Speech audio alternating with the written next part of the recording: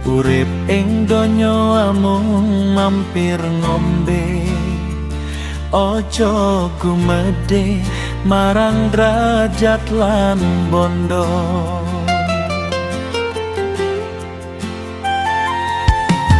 Andap asor dadi sendenan, eling marang pangeran. Becik lan nolo bakal ketara nalika mangsa wis awe wangsulan. Rukun nagawe santoso, tukar padu dadi dalanmu.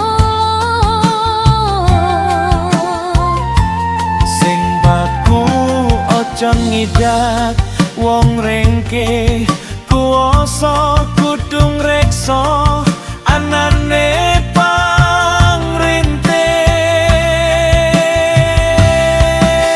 Sabar lan narimu iku tomo, nanging ojo nganti pasrah. Wani ngupaya lumawan Allah kanggo anjogo anane laku tomo. Yen lumaku sasar kudu wani ngaku, lan kudu nyinau. Awit luhur ora saka pangkat, nanging saka budi lan laku sing luhur.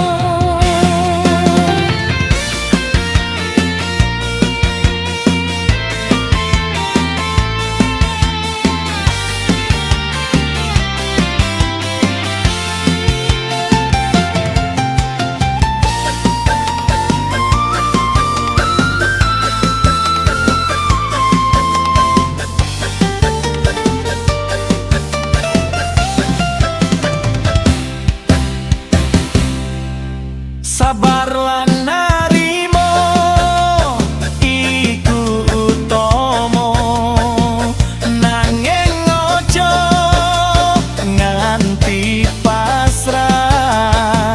Wani ngupaya lumawan Allah kanggo anjogo anane laku tomo. Yen lumaku sasar kudu wani ngaku,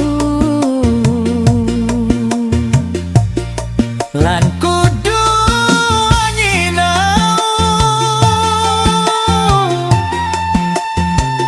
Awit luhur ora saka pangkat, nanging saka budi lan laku sing luhur.